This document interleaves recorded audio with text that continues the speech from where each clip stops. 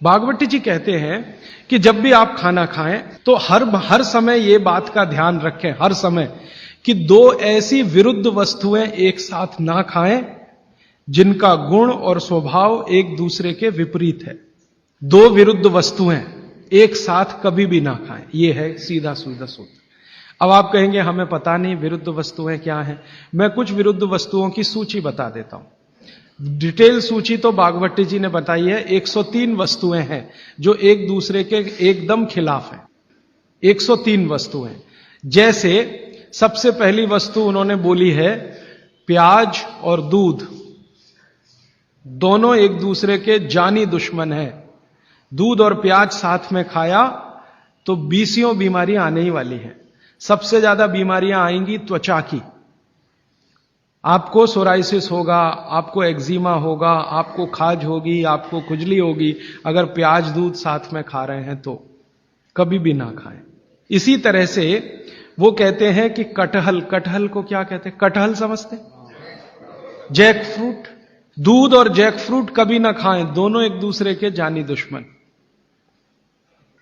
और दूध और ऐसा कोई भी फल साथ में ना खाएं जो सिट्रिक एसिड प्रधान है। सिट्रिक एसिड आप समझते हैं? संतरा, मौसम्मी, नारंगी, अंगूर, खट्टी चीज। एक खट्टी चीज तो आपकी बनाई हुई है, एक खट्टी चीज भगवान की बनाई हुई। तो भगवान की बनाई हुई खट्टी चीज है, दूध के साथ जानी दुश्मन है। भागवत जी ने बहुत साल रिसर्च करके बताया एक ही खट्टा फल है जो दूध के साथ खाएं, वो है आंवला। आंवला, आंवला ही एक फल है, खट्टा है, सिट्रिक एसिड भरपूर मात्रा में है, विटामिन सी भरपूर मात्रा में है, कैल्शियम उसमें भरपूर है। यही एक फल है जो दूध के साथ जरूर खाएं। बाकी कोई फल जिसमें खट्टापन है वो दूध के साथ ना खाएं। आम भी, आम अगर खट्टा है तो दूध के साथ ना खाएं, मीठा है तभी खाएं। आम और दूध की दोस्ती बहुत जबरदस्त है, लेकिन खट्टे आम की दूध से दोस्ती नहीं है। मीठा आम, एकदम मीठा आम, पका हुआ आम, उसी को दूध के साथ खा सकते हैं। एक और उन्होंने गिना है, वैसे तो आप जैन हैं तो ये बात आपके लिए लागू ही नहीं होती, लेकिन जैन नहीं है इसलिए कह रहा हूं, तो कभी भी शहद और घी एक साथ ना खाएं। दुनिया का सबसे खराब जहर है ये, शहद और घी। शहद घी साथ में ना खाएं। शहद खाना है तो घी ना खाएं, घी खाना है तो शहद ना खाएं। इसी तरह से उड़द की दाल और दही गलती से भी साथ में ना खाएं।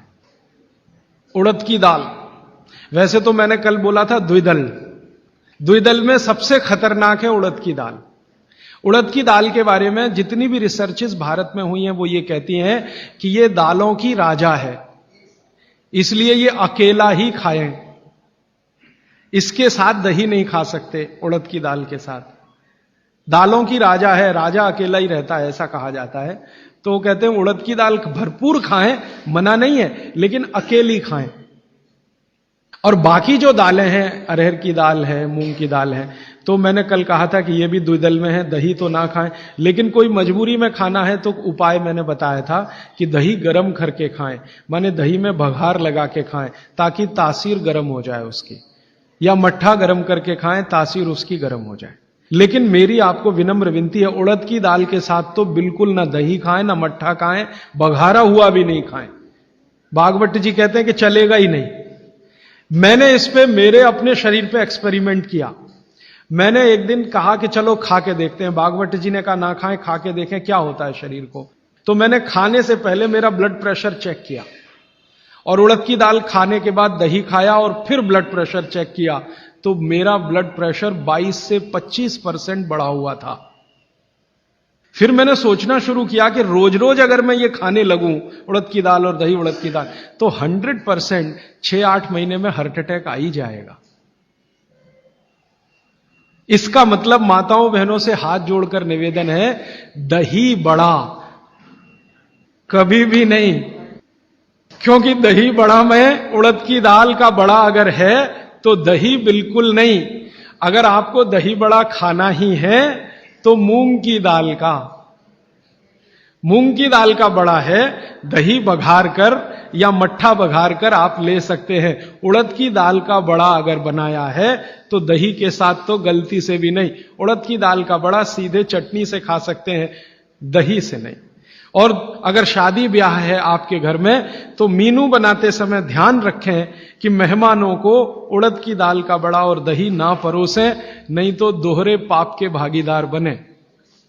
आप अपना तो नाश करेंगे या आने वालों का भी नाश करेंगे। और अतिथि देवता है, उसको जहर ना खिलाएं। तो ऐसी एक सूची है। मैंने तो आपको 4-5 चीजें बताई हैं, विस्तार से आप पुस्तक में देख सकते हैं। वो सूची ये कहती है 103 वस्तुओं की, ये चीज इसके साथ ना खाएं, ये चीज इसके साथ ना खाएं। तो भागवत जी कहते हैं 2 विरोधी चीजें साथ में ना खाएं। और वो कहते हैं कि अगर आपने ये सूत्र धारण कर लिया तो जिंदगी भर आप निसंकोच बिना किसी रोग के जीवन बिता सकते।